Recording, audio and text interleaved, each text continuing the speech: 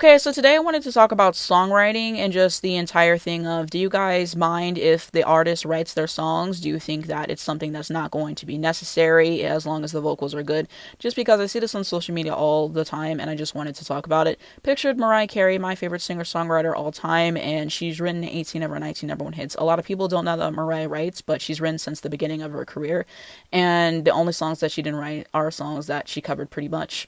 And so, she has written amazing hits like All I Want for Christmas Is You, which a lot of people think is a cover, Always Be My Baby, Fantasy, Heartbreaker, We Belong Together, Vision of Love, all those kinds of things.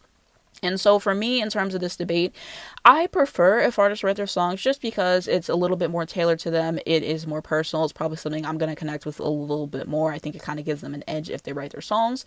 But it's not something that I think is necessary because not all artists are great songwriters and stuff like that. Sometimes they shine in other ways like vocal production and stuff like that. And just not everybody is meant to write. So, I just think that for some people it's better if they outsource songwriters, but it's not a deal breaker for me. I just happen to prefer people who write, but I just wanted to give some examples. So one singer who did not write her songs was Aaliyah. I love Aaliyah. Most people that I talk to love Aaliyah. It's really rare that I talk to someone who doesn't really go up for her. And so it doesn't really affect my enjoyment of her music because I feel like as an artist, you have to be really strong at song selection, beat selection, all those things, and just working with the right people. And so with her working with a Timbaland and Missy Elliott, they were really able to kind of get her essence and write songs that fit her and her voice. And so, off One in a Million, One in a Million, the song's obviously a classic, 4-page letter, Heartbroken, Everything's Gonna Be Alright is like my favorite Aaliyah song. And so there was a lot to like off of that album for sure, and a great album for that year. And then off of this self-titled, I really love Try Again, of course. Messed Up was a bonus track that I actually really liked as well. What If is actually criminally underrated off that album. I Care For You was a great piece written for her. Rock the Boat, More Than a Woman, Loose Rap. I mean, a lot of great songs off of that. So I enjoy Aaliyah even though she didn't write any of her songs because she worked with people who knew how to bring the best out of her and she selected the right track. Artist who hasn't really written songs is Whitney Houston. And so for me, it just really depends on the song that Whitney Houston has put out. Some songs I go for, some songs I don't really care for. And I just feel like for the talent of Whitney's voice, I wish that they would have given her better songs because I just feel like sometimes they gave her very boring blend ballads. And she's gonna sing the hell of it, don't get me wrong. Whitney Houston is like one of the best singers of all time.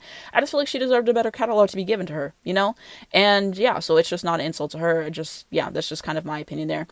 I feel like she really got cooking with I'm Your Baby Tonight because that's when she was able to incorporate more of the New Jack Swing. And, I'm Your Baby Tonight, the song is just absolutely incredible, recorded in one take because she wanted to go to the mall. Lover for Life is like my favorite Whitney Houston song. And I'm liking that she got to collaborate with Luther Vandross. I like the collaboration with Stevie Wonder, We Didn't Know. So I thought that was a great song.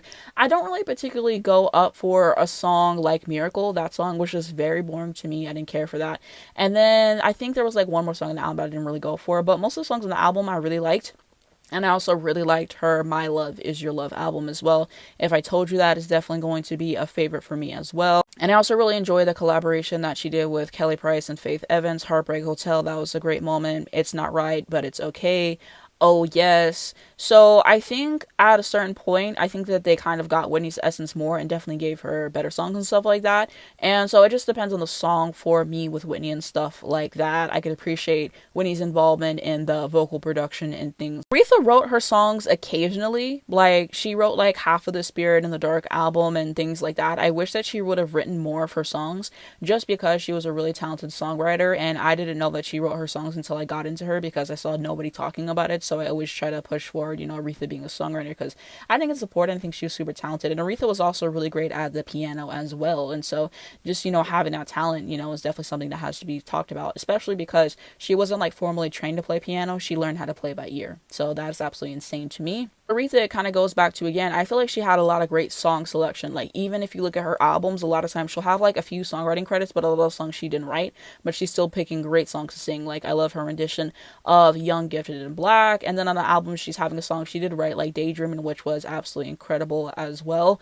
And so she was just really able to pick songs that fit her and her voice, and a lot of times whenever she covered a song, she was going to completely change her song. So I like most of Aretha's albums from what I heard. I think that she was really great in song selection and versatility and all of those things. And it took time for them to kind of find what Aretha was best at, because whenever she first started, they just had her do a bunch of blues music, and that's not what she really wanted to do. She wanted to do like soul, R&B, and all that kind of thing.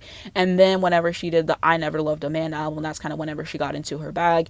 And I really enjoyed stuff like Don't Let Me Lose This Dream. That's probably my favorite Aretha song. I loved her cover of A Change Is Gonna Come as well. Soul Serenade was a great moment on there. So there was a lot to like on that album. Spirit in the Dark is a career highlight for me. Hey Now Hey, The Other Side of the Sky was a pretty good album as well. Young, Gifted, and Black. So Aretha eventually found her groove. She was good with the song selection, so I like most of Aretha's albums. Beyonce is another example for me of somebody who is really great at song selection, because she does have some writing credits if you actually look.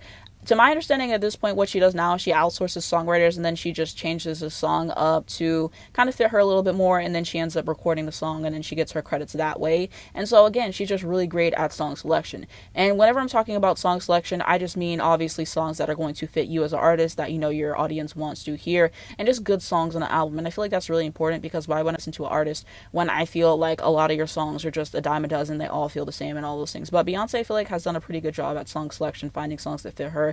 And you know, she's really good with working with a dream, and they have kind of a thing going. Kelly Clarkson is also another songwriter who writes occasionally. A lot of times she just gets songwriters, and you know, she just kind of tweaks it to her liking. I wish that she would write more, because she has some really great writing credits if you actually look on her albums and stuff. And so on her last album, she did co-write every song but one. So I really appreciated that, and that was one of my favorite albums of the year, and I feel like people don't give the album. So yeah, kind of my overall thoughts to wrap it up is it really depends on the song selection, the songwriters, the producers that you work with, who you are as an artist, how involved that you are in it. Though I don't necessarily need you to write your songs for me to enjoy them as listed, I definitely do prefer. That's something I gravitate a little bit more towards, and you know, I feel like it helps you stand out a little bit more as an artist. And so let me know what you guys think down below in the comments, because this is definitely a topic that I see every single week on the timeline, people arguing about. Is this something that's important to you? Is it something that's not important to you, as long as the song is good? And let's continue that conversation.